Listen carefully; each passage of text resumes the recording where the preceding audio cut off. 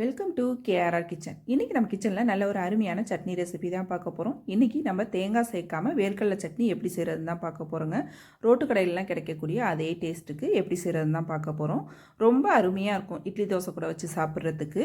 இதே போல் சட்னி ரெசிபி நம்ம சேனலில் நிறையா இருக்குது. அதோட லிங்க் எல்லாம் உங்களுக்கு நான் டிஸ்கிரிப்ஷனில் கொடுக்குறேன். தேவைப்படுறவங்க செக் பண்ணிக்கங்க. இந்த சட்னி எப்படி செய்கிறதுன்னு பார்ப்போவாங்க. அதுக்கு முன்னாடி நம்ம சேனலில் இப்போ தான் ஃபஸ்ட் டைம் பார்க்குறீங்கன்னா சப்ஸ்கிரைப் பண்ணி வச்சுக்கோங்க. கூடவே பெல் சிம்பிள் ப்ரெஸ் பண்ணி ஆளுங்கிற ஆப்ஷனையும் ப்ரெஸ் பண்ணி வச்சுக்கோங்க. அப்போ தான் நான் போகிற வீடியோஸ் எல்லாம் உங்களுக்கு தொடர்ந்து நோட்டிஃபிகேஷனில் ஒன்றுக்கு ஒன்றே கிடச்சிக்கிட்டு இருக்கும். இப்போ வாங்க இந்த வேர்க்கடலை சட்னி எப்படி செய்கிறதுன்னு பார்த்துடலாம். இப்போ சட்னி செய்யறதுக்கு ஒரு அரை கப் அளவுக்கு பச்சை வேர்க்கடலை சேர்த்து நல்லா வறுத்து எடுத்துக்குவோம். இதில் நீங்கள் வறுத்த வேர்க்கடலை சேர்க்குறீங்கன்னா இருந்தாலும் ஒரு 2 செகண்டுக்கு நல்லா வறுத்து விட்டு அரைக்கும் போது நல்லா டேஸ்ட்டு அருமையாக இருக்கும்.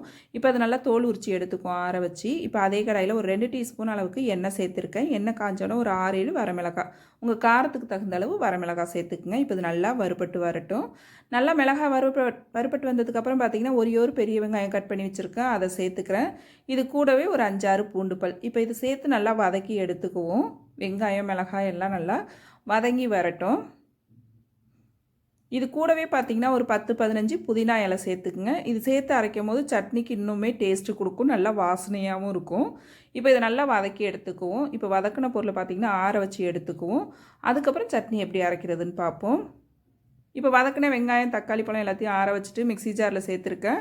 வேர்க்கடலையும் தோல் எடுத்துகிட்டு சேர்த்துருக்கேன். இது கூடவே ஒரு 2 டேபிள் ஸ்பூன் அளவுக்கு பொட்டுக்கடலை, ஒரு சின்ன துண்டு புளி, அப்புறம் தேவையான அளவு உப்பு சேர்த்து கொஞ்சமாக தண்ணி விட்டு நல்லா நைஸாக அரைச்சி எடுத்துகிட்டு வந்துக்குவோம். இப்போ சட்னி அரைச்சி எடுத்துகிட்டு வந்துட்டு இதை ஒரு பாத்திரத்துக்கு மாற்றிக்குவோம்.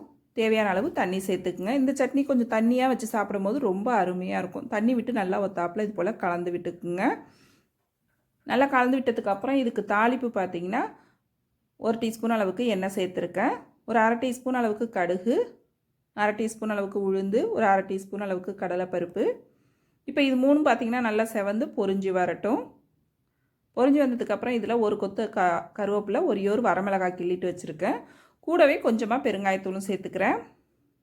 இப்போ இது எல்லாத்தையும் நல்லா வதக்கி விட்டு தாளிப்பை நம்ம சட்னி கூட சேர்த்துற வேண்டியதான். அவ்வளோதான், நம்மளோட வேர்க்கடலை சட்னி தேங்காய் இல்லாமல் ரொம்ப சூப்பராக அருமையாக ரெடி ஆகிடுச்சிங்க. நல்ல சூடான இட்லி தோசை கூட நிறையா விட்டு சாப்பிடும் போது டேஸ்ட்டு ரொம்ப அருமையாக இருக்கும். ட்ரை பண்ணி பாருங்கள். இதே போல் வேர்க்கடலை சட்னி நிறைய நம்ம சேனலில் இருக்குது, தேவைப்படுறவங்க செக் பண்ணிக்கோங்க. இந்த வேர்க்கடலை சட்னி நான் இன்றைக்கி சொன்னது போல் ட்ரை பண்ணி பாருங்கள். ட்ரை பண்ணி பார்த்துட்டு எப்படி இருக்குன்னு எனக்கு கமெண்ட் பண்ணுங்கள். என்னோட இந்த ரெசிபி பிடிச்சிருந்ததுன்னா லைக் பண்ணுங்கள், ஷேர் பண்ணுங்கள். மறக்காமல் நம்ம கேஆர்ஆர் கிச்சனை சப்ஸ்கிரைப் பண்ணி வச்சுக்கோங்க. நாளைக்கு வேறொரு ரெசிபியோடு சந்திப்போம். தேங்க்ஸ் ஃபார் வாட்சிங்.